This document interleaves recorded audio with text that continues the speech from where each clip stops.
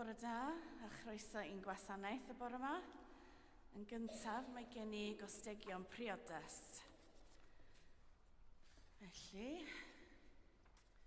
yr wyf yn cyhoeddi gostegion priodas rhwng Jamie Glyn Edwards o Frodeiniol ac Tara Cymun Bendigaid o Frodeiniol. Os gywir neb ohonoch am achos neu rhwyster cyfiawn, fel na ddylid cysylltu'r deuddyn hyn ynghyd mewn glân briodas, mynegwch hynny. A dyma'r tro cyntaf y gofynir hyn. Wedyn, mae gen I newyddion da. Oddi wrth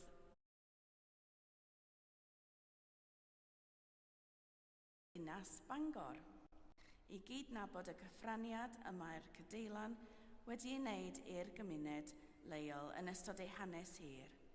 Rhyddid Bangor yw'r wobr uchaf y gall cyngor y ddinas ei rhoi I sefydliadau neu unigolion, ac mae wedi ei dderbyn yn y gorffennol gan y BBEC, a'r effalu a Sir David Lloyd George. Mae hyn yn hanrhydedd anrhydrol I ni I gyd yn y flwyddyn ben-blwydd hon. Rydym yn cysylltu â chyngor y ddinas I drefnu dyddiad ar gyfer seremoni o brwyo ffurfiol a byddwn yn cyfleu hyn I chi maes o law. Felly, newyddion da iawn o'r diwedd. Yma'r sawl sy'n byw yn lloches y goruchaf ac yn aros yng nghysgod yr holl alluog.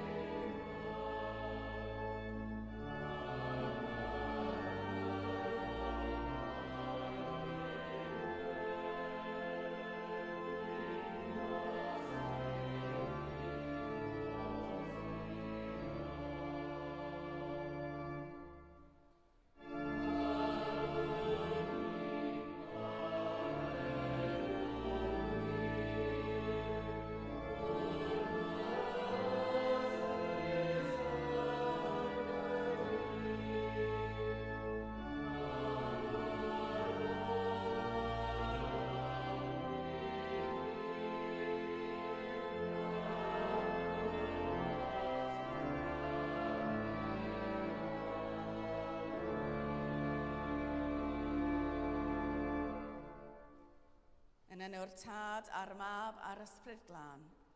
Amen. Gras a thangnefedd a fo gyda chwi.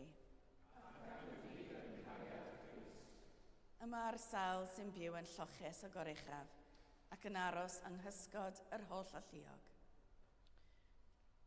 Gan gynnell i ddallu'r Cymun Bendigaid er gogoniant i ddiw am baratawn gan gyffesu ein pechodau. Rhag ein camweddau am phob drygioni, rhag offeredd a chenfigen, rhag casineb a malais. Arbed ni, argwydd Dionys. Rhag gafael chwant a chynildeb chelwydd, rhag calon galed, rhag bopeth anestrona. Arbed ni, argwydd Dionys. Yn ein hadrwydd i gydnabod ein gwerth, yn rheiddio ein calonau yn llafn dygariad. Arbed ni, argwydd Dionys. Yn nyddiau yn tristwch, yn oriau ein poen, yn awr ein marw. Arbed ni, arglwydd Dionys. Trwy dy ddioddefaint ath farw ar y groes, trwy dy gladdedigaeth ath orffwys yn y bedd, trwy dy atgyfodiad gogyneddus. Arbed ni, arglwydd Dionys. Trwy lwybrau dy ddoethyneb, trwy wir edifeirwch, trwy gorff Crist. Arbed ni, arglwydd Dionys. Dad nefol, yr ydym wedi pechu ar feddwl gair a gweithred, a heb wneud yr hyn a ddylem. Mae'n weddrwg gennym, ac yr ydym o ddifri fyned i farhau. Mwyn dy fab Iesu Grist a fi farw drosom, Maddea yn i'r cwbl a eithebio, ac arwain ni yn ei ffordd i gerdded fel plant y goleuni. Amen. Yr holl alluog Dduw sy'n maddau i bawb sy'n wir edifeiriol, a drigar haw wrthych, a chryddhau o bechod, eich cadarnhau mewn daioni, a'ch cadw yn y bywyd tragwyddol, trwy Iesu Grist, ein harglwydd. Amen.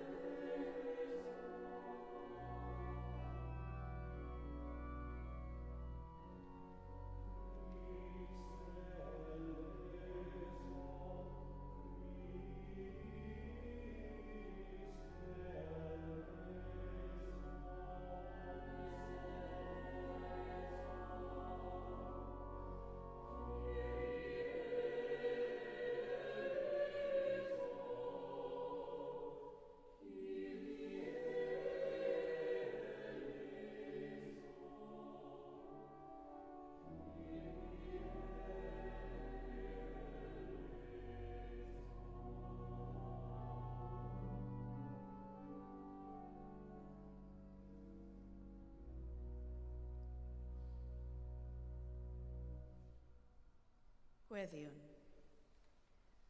Holl alluog Dduw, yr ymprydiodd dy fab Iesu Grist 20 diwrnod yn yr anialwch, a'i demtio fel ninnau, ond eto heb bechod. Dyrw i ni ras i ddisgyblu ein hunan mewn ufudd-dod eith ysbryd, a chan wybod am ein gwendid, bydded i ni felly adnabod dy allu achubol, trwy Iesu Grist, ein harglwydd, sy'n fyw ac yn ternasu gyda thi, yn un dod yr Ysbryd Glân, yn un Duw, yn awr ac am byth. Amen.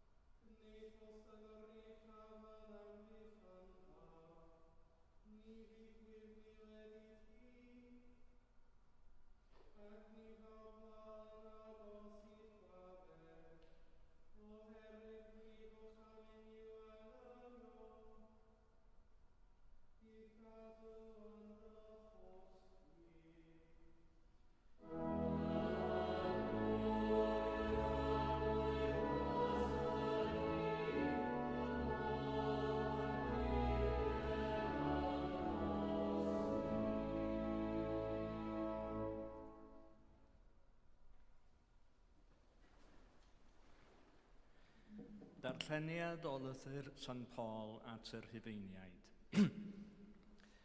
Garedigion, y mae'r gair yn agos atat, yn dy enau ac yn dy galon. A dyma'r gair yr ydym ni yn ei brygethu, gair ffydd, sef, os cyffesu Iesu yn arglwydd at enau, a chredu yn dy galon fod Duw wedi ei gyfodi efo ddi wrth y meirw, cei dy achub. Oherwydd credu ar galon sy'n esgor ar gyfiawnder, a chyffesu ar genau sy'n esgor ar iachawdwriaeth. Y mae'r ysgrythyr yn dweud, pob un sydd yn credu ynddo, ni chywilyddir mohono. Nid oes dim gwahaniaeth rhwng Iddew a Groegiad. Yr un arglwydd sydd i bawb, sy'n rhoi o'i gyfaith i bawb sy'n galw arno. Oherwydd yng ngeiriau'r ysgrythyr, bydd pob un sy'n galw ar enw'r arglwydd yn cael ei achub, pwy bynnag yw. Rhywch air bywyd i'n byd.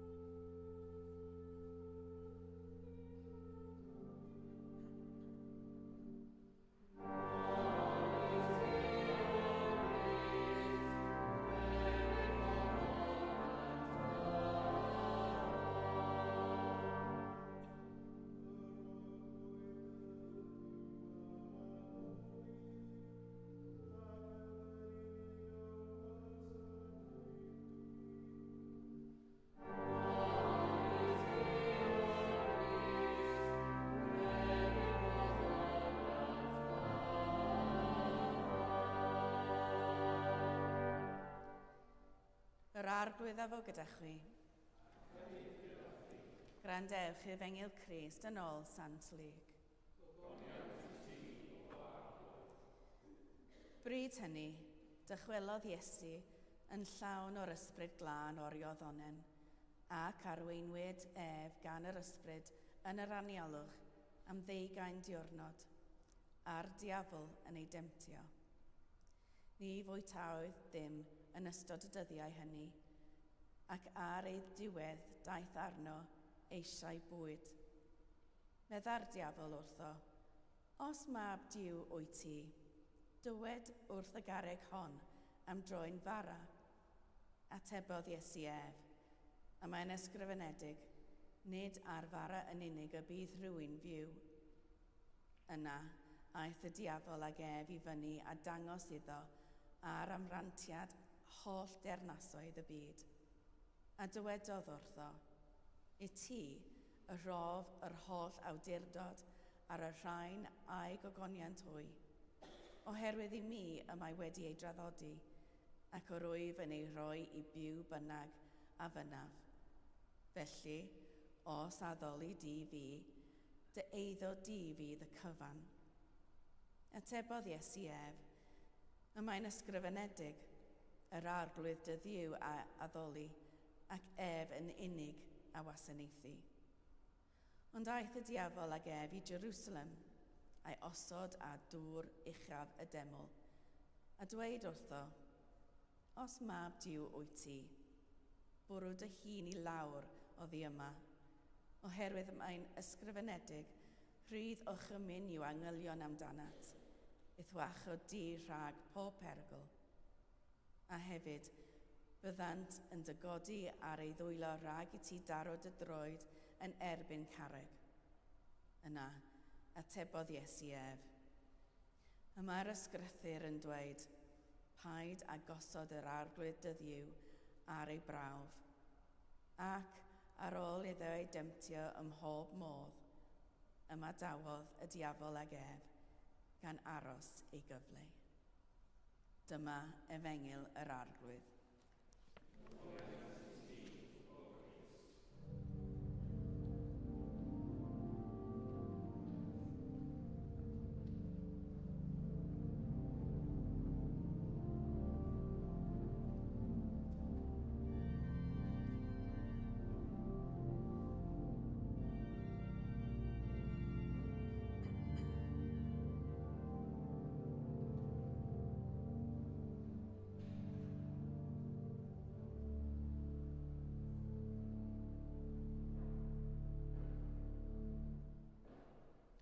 Mae'r sawl sy'n byw yn lloches y goruchaf ac yn aros yng nghysgod yr holl alluog.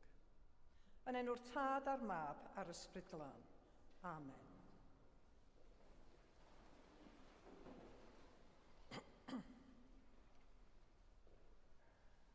Ar ddydd Mercher y Lludw, cynhaliwyd gwasanaethau ag arddodi lludw i nodi dechrau Grawys, sy'n gyfnod penydiol neu ydifeiriol.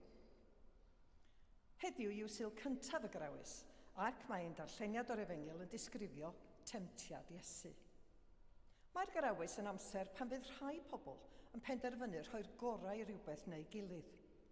Mae eraill yn ei chael hi'n fwy ystyrlon gwneud rhywbeth ychwanegol.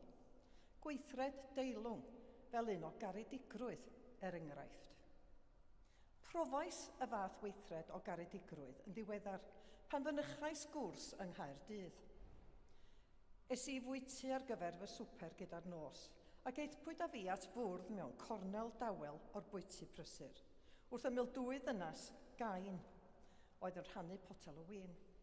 Cydnabuasant fi ac roeddent yn gwenu arnau trwy gydol fy mwyd.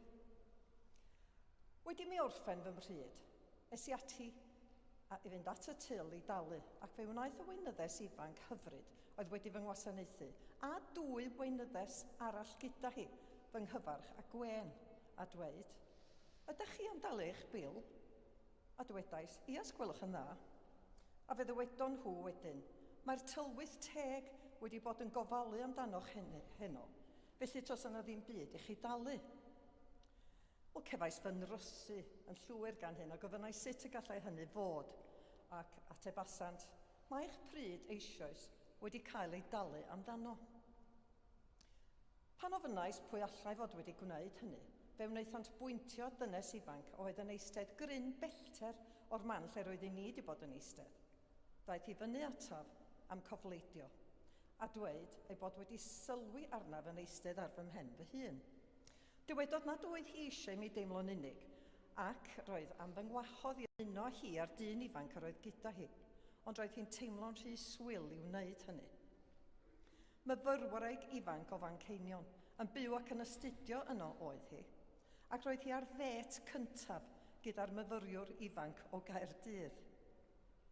Pam y fath garedigrwydd? Dywedodd wrthyf fod ei mam bob amser wedi ei dysgu I edrych allan am eraill ac I ddangos caredigrwydd tuag atynt. Wel, cafodd y tair gweinyddes eu cyffwrdd yn ddwfn gan hyn, a dywedasant ei bod hi'n hyfryd gweld bod pobl garedig a gofalgar yn dal I fodoli y dyddiau hyn. Gan fod y cwpl newydd ar chebu eu pwdin, roedd I nina'n gallu talu am hynny'n dawel fach. Cerddais yn ôl I fy stafell yn y gwestiwn moli diw gyda dagrau o lawenydd yn fy llygad. Mae digwyddiadau o'r fath yn adfer ffydd rhywun yn y ddynoliaeth, ac yn ein hatgoffa bod cymaint o bobl garedig a'r rhyfeddol allan yna o hyd. Fodd bynnag, I fynd yn ôl at darlleniad yr efengyl heddiw, gadewch I ni edrych ar y cefndir. Bryd hynny, byddai'r rhai wedi disgwyl Meseia ar ffurf Dafydd, a fyddai'n adfer Israel trwy ddymchwel yr arglwyddi'r Rhufeinig. Byddai eraill wedi disgwyl I Feseia offeiriadol adfer yr addoliad, neu broffwyd fel Moses efallai. Mae Iesu'n dangos nad ffigwr theatraidd mohono, ond rhywun sy'n ffyddlon, hyd yn oed yn wyneb temtasiwn. Ymddengys fod Luc yn adeiladu ar hanes Marc o'r demtasiwn, o ran yr ysbryd, yr anialwch, themadeugain diwrnod a'r demtasiwn gan y diafol. os nag oni bai, mae mabolaeth Iesu yn holl bwysig yma, a gwelwn ei fod yn ymateb i bob temtasiwn gyda dyfyniad o'r ysgrythyr. Nid oedd Iesu yn frenin cyffredin. Yn ei farwolaeth, datganwyd ei frenhiniaeth yn Hebraeg, iaith crefydd, mewn Groeg, iaith diwylliant, ac yn Lladin, iaith y dalaeth. Mae'r sylwebaeth a ddefnyddiais yn rhestru 5 pwynt sy'n egluro golygfa'r demtasiwn. Yn gyntaf, mae y temtasiynau yn egluro natur gwaith yr Iesu fel mab Duw. Gwelwn yng ngweinidogaeth Iesu oblygiadau ei hunaniaeth fel mab Duw. Bydd ei ffyddlondeb wrth sefyll temtasiynau yn cadarnhau ei gyflawniad o etifeddiaeth Israel, lle mae'n sefyll yn gadarn yn erbyn y diafol ac yn cyflawni ei waith fel gwaredwr. Yn ail, mae'r temtasiynau yn uniaethu Iesu a threftadaeth Israel. Mae yma adleisiau o amser Israel yn yr anialwch, ac mae'r tymor o 20 diwrnod yn berthnasol yma. Mae'r tair temtasiwn y mae'r Iesu'n ei wrthwynebu yn cyfateb i demtasiynau Israel. Yn drydydd, mae'r temtasiynau'n adlewyrchu gwrthdaro teyrnasiad Duw a theyrnasiad y diafol. Gallai rhywun ddehongli damhegion a gwirthiau Iesu, fel rhai oedd yn cyfeirio weithiau at demtasiwn y diafol. Enghraifft, yn dameg yr heiwr, nid yw'r rhai yn derbyn y gair oherwydd bod y diafol yn dod ac yn cipio'r gair oddi wrthynt. Yn bedwerydd, mae'r temtasiynau'n pwysleisio y dylid deall gweinidogaeth Iesu fel cyflawniad yr ysgrythurau. Fel y soniais eisoes, ymatebodd Iesu gan ddefnyddio dyfyniadau o'r ysgrythyr. Mae hyn yn pwysleisio bod gweinidogaeth Iesu yn cyflawni'r ysgrythurau. Yn bumed, mae'r temtasiynau'n cynnig model i ddilynwyr Iesu i wrthsefyll temtasiwn. Y bwriad yma yw bod Iesu yn fodel i'w ddilynwyr ei efelychu. Mae yna themau yma o ddioddef fel gwas, hunan ymwadiad, cymryd eich croes a gwasanaethu eraill. Ond os ydym am gyflawni nodau o'r fath, mae angen pŵer a grym yr ysbryd glân i'n helpu. Mae angen i ni aros yn ffyddlon mewn gweddi. Mae angen i ni ddangos tosturi tuag at yr rhai sydd ar y cyrion yn ein cymdeithas. Ac mae angen i ni gael ymdeimlad o garedigrwydd, cyfiawnder a chydraddoldeb yn ein holl ymwneud ag eraill. Byddai wedi bod yn hawdd iawn i Iesu brofi mai ef oedd y Meseia trwy arfer arddangosiadau gwych o bŵer mewn ymateb i wawdio y diafol. Mae'r diafol yn gyfrwys yn y ffordd mae'n ei cyflwyno yr heriau hyn i Iesu, ac mae'n gyfrwys yn y ffordd mae'n cyflwyno sefyllfaoedd i ni y dyddiau hyn hefyd.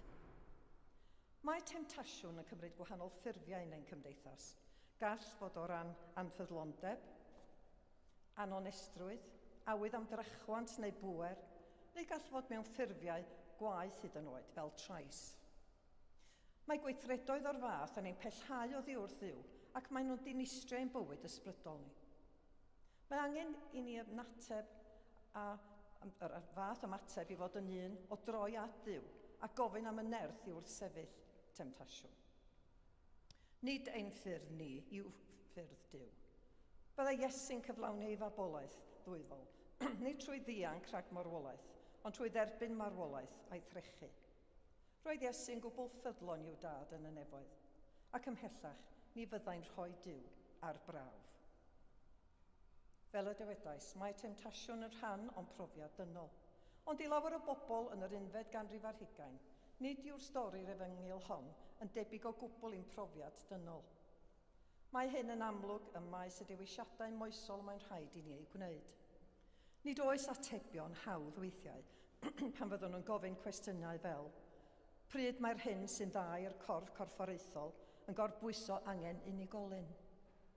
Pa un sydd ar hawliad uwch, anghenion y di-waith am swydd, neu safonau gwrth lygredd sy'n amddiffyn yr ecoleg ond yn cael rhai diwydiannau. A ddylai'r gymuned feddygol ganiatáu ymchwil achub un bywyd ar draul bywyd arall? Ble mae geiriau arweiniol yr ysgrythyr ar gyfer cwestiynau fel yr rhai mae pobl yn gofyn? Cymhwysodd Iesu i feddwl at broblemau beirniadaeth destunol. Mae angen i ni wneud yr un peth. Os cymerwn y Beibl yn llythrenol, byddwn yn dod o hyd i wrthdaro rhwng ystyron gwahanol ac adnodau. Mae angen dehongliad a chymhwysiad. Mae angen bod yn agored i arweiniad yr ysbryd glân sy'n ein harwain i bob gwirionedd.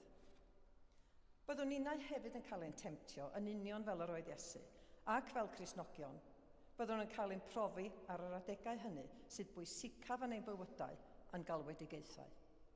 Mae angen i ni ddysgu dirnad rhwng llais temtasiwn a llais Duw. Mae'n drwg yn gyfrwys a bydd yn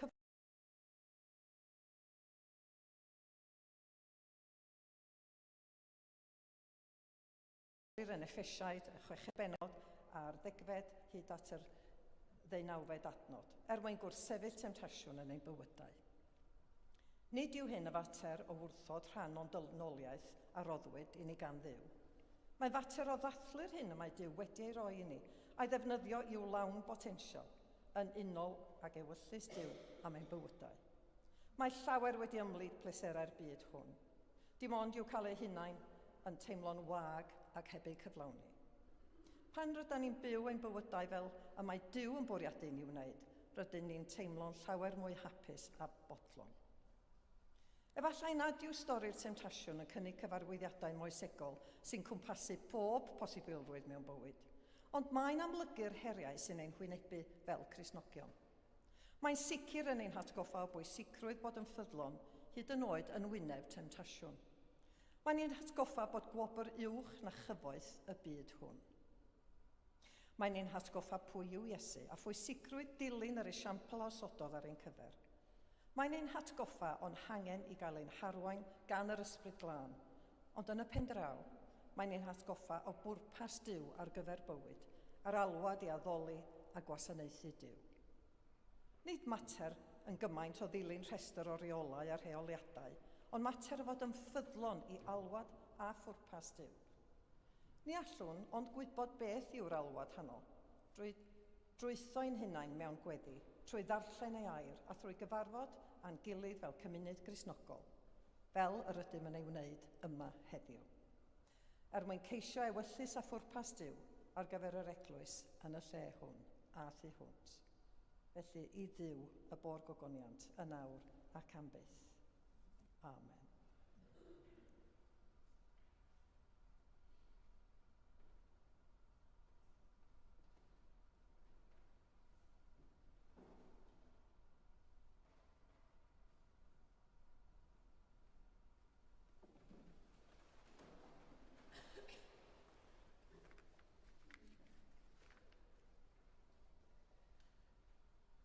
Ar y cyd, gadewch i ni gadarnhau ein ffydd.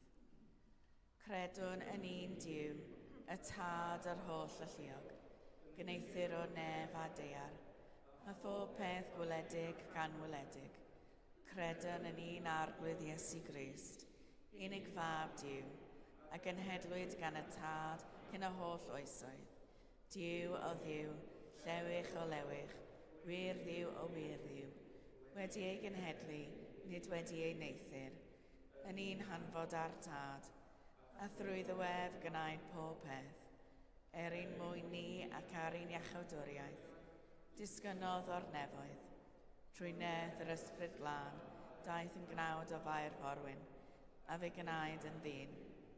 Fe'i groeshylwyd drosom dan Pontius Pilate, dioddefodd angau a fe claddwyd, atgyfododd y trydydd dydd yn ôl ysgythyrau, ac ysgynnodd i'r nef, ac am ein eistedd a ddeheilawr tad, a daw drachefn mewn gogoniant i farnu'r byw a'r meirw, ac ar ei dirnad ni bydd diwedd. Credwn yn yr ysbryd glân, yr arglwydd roddor bywyd, sy'n deillio o'r tad a'r mab, ac yn hyd â tad a'r mab, a gyd addolir ac y gyd o goneddir, ac y lefarodd trwy'r proffwydi. Credwn yn un eglwys lan gatholig ac apostolig, cyd na byddwn ni'n beddyr er maddeuant pechodau, a disgwylio mewn atgyfodiad y meirw, a bywyd y bydd sydd i ddyfod. Amen. Gyda'n holl galon a'n holl feddwl, gweddiwn ar Dduw.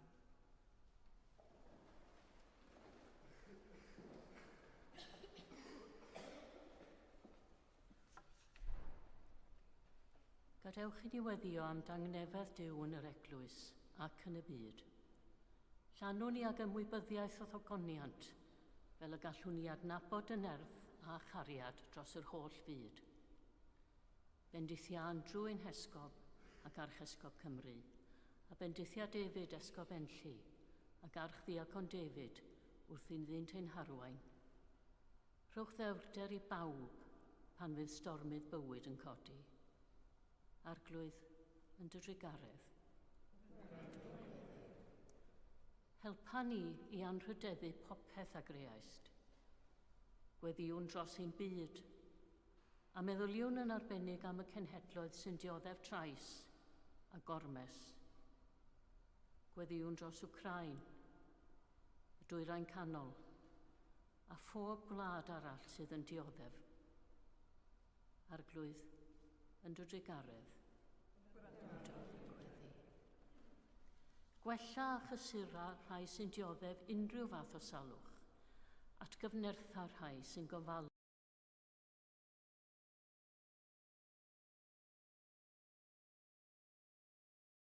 Francis Esgob, John Watkin Jones.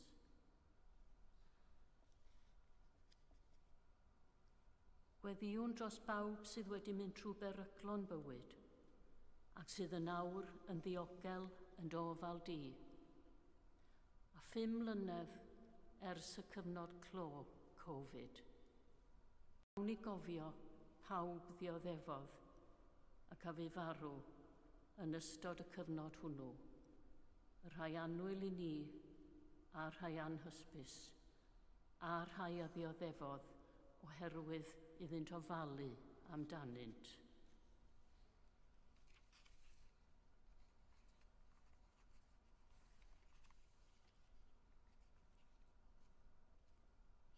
Llewyrch gwastadol roeddynt o ddiw. Gorfod goleuni gwastadol arnynt. Gan gredu na fyddwn yn trengu yn stormydd bywyd, am ein bod yn ymddiried yn Christ. Gweddiwn yn ei enw. Gweddiwn drosom ein hunain, dros ein taith, ein hunain o fod yn ddisgybl. Am ddewrder, ffydd gadarn, gobaith a doethineb, ym mhopeth a wnawn, neu a ddywedwn. Gofynnwn hyn yn enw Christ.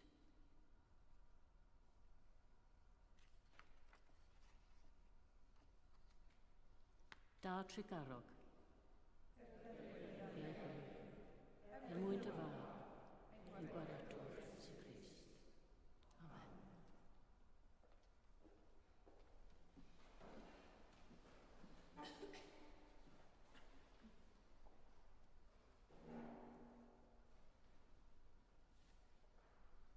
Dywed Iesu, yr wyf yn gadael i chwi dangnefedd, fy nghangnefedd yr wyf yn ei roi i chwi. Peidiwch a gadael i ddim gynhyrch eich calon, a pheidiwch a gofni. Tangnefedd yr arglwydd a fo gyda chwi bob amser. Rhannwn arwydd o dangnefedd.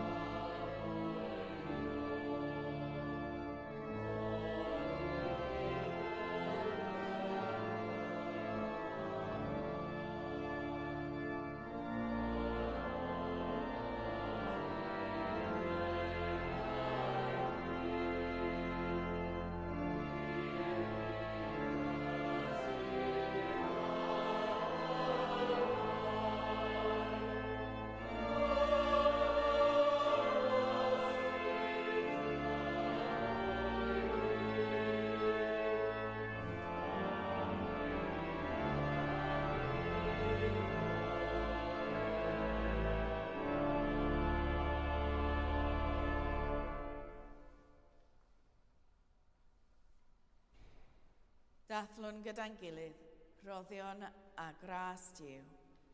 Cymerwn y bara hwn, cymerwn y gwyn hwn, i ddilyn y siampl Crist, ac i fyddhau i'w olchymyn.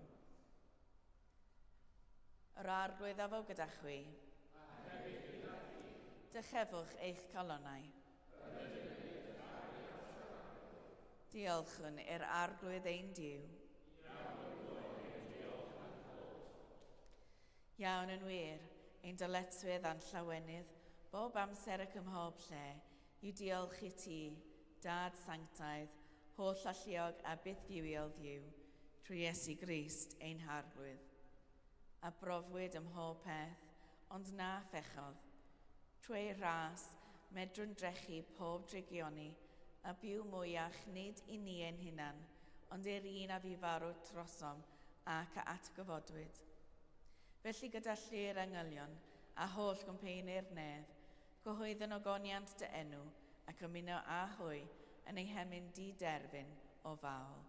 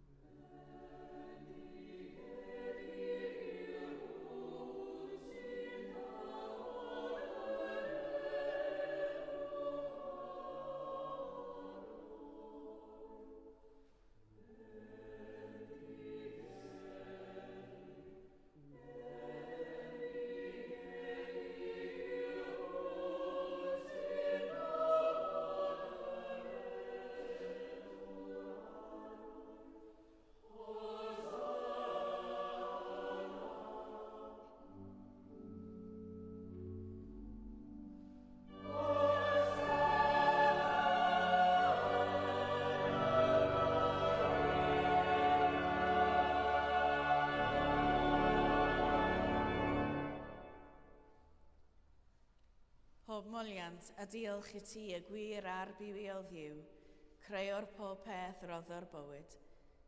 Lluniais ni a dy ddelo dy hun, ond yr ydym ni wedi di fwyno'r ddelo honno a syrthio'n bryn o thygoniant.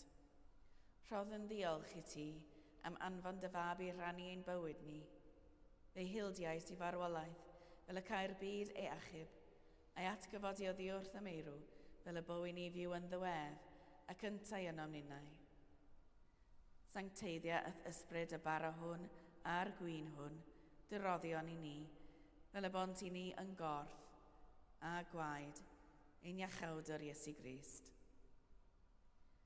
Yn os y brydychwyd ef, cymerodd bara ac wedi rhoi diolch, fe'i torodd a'i rhoi i'w ddisgyblion gan ddweud, cymerwch, biwtewch, hwn yw fy nghorff a roddir drosoch, Gnewch hyn cof amdanaf.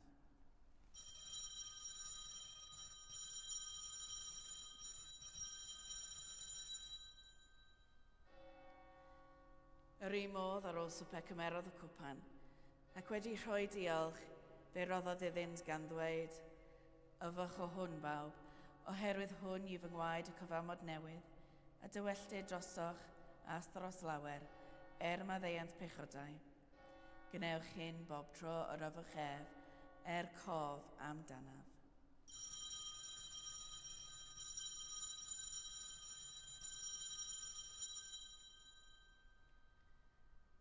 Cyhoeddwn ddirgeledd y ffydd.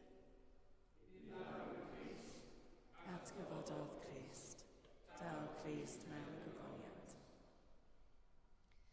Fel y gochmynodd ef i ni o dad, yr ydym yn cofio Iesu Grist y fab, gan gyhoeddi ei farwolaeth fuddugoliaethus a chan ymlawenhau yn ei atgyfodiad, a disgwyl iddo ddod mewn gogoniant. Deion arbar o hwn a'r cwpan hwn i ti, derbyn ein habeth o ddiolch a moliant. Adfer ac adfwyad y holl bobl, adnewyddan ni a phawb y gweddion trostynt, a thras, a thfendydd nefol, a derbyn ni yn y diwedd, gyda thosaint, ei llawenydd di derbyn hwnnw, a addawyd i ni gan dy fab, ein harglwydd Iesu Grist. Trwy ddiwef, gydag ef yn ddiwef, yn un dod yr ysbryd glân, eiddo ti dad holl alluog, yw pob anrhydedd a gogoniant, yn oes oesoedd. Amen.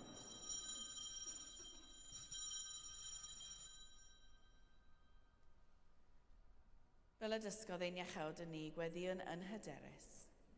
Ein tad, yr hwnnwyd yn y nefoedd, sancteiddio dy enw, deled y dernas, gwneled y wyllus, megis yn y nef, felly ar y ddeiar hefyd.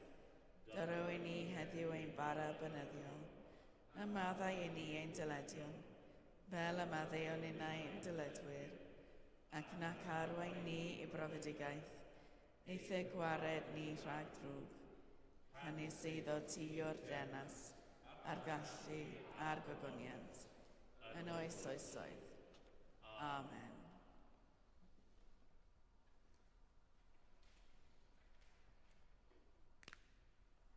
Yr ydym yn torri'r bara hwn i rannu yng nghorff Crist. Yn unau'n llawer, un corff ydym, gan ein bod ni oll yn rhannu'r un bara.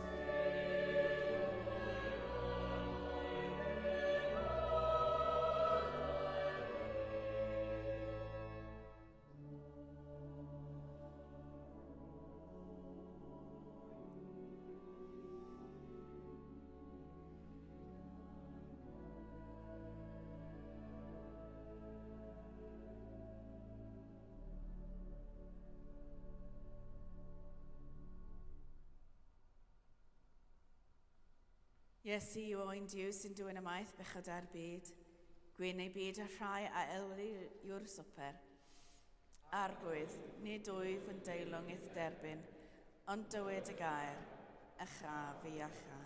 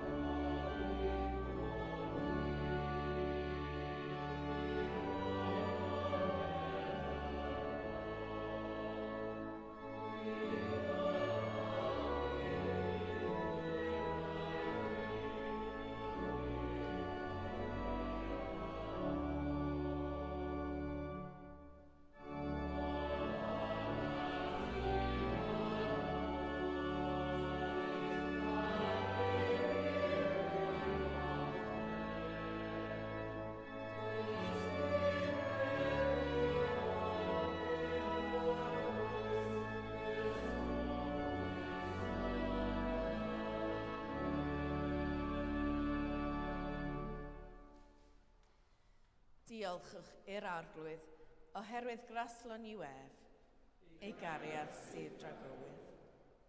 Arglwydd Tregarog, dyrwydd bobl ras i wrth sefyll temtasiynau'r byd, y cnawd a'r diafol, ac a chalon a meddwl pyr dy ddilyn di, yr unig ddiw, trwy Iesu Grist ein harglwydd.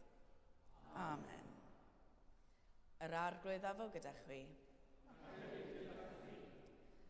Rhodded Crist ras i chwi gynyddu mewn sancteiddrwydd i ymwadio chwi eich hunan ac i godi eich croes a'i ddilyn ef a bendith diw holl alluog, y tad, y mab a'r ysbryd glân, y fywyn eich plith ac adrigo gyda chwi yn wastad. Amen. Gan gyffesu bod Iesu yn arglwydd gogoniant diw dad, ewch mewn tangnefyddigaru a gwasanaethu'r arglwydd. Yn enw Crist.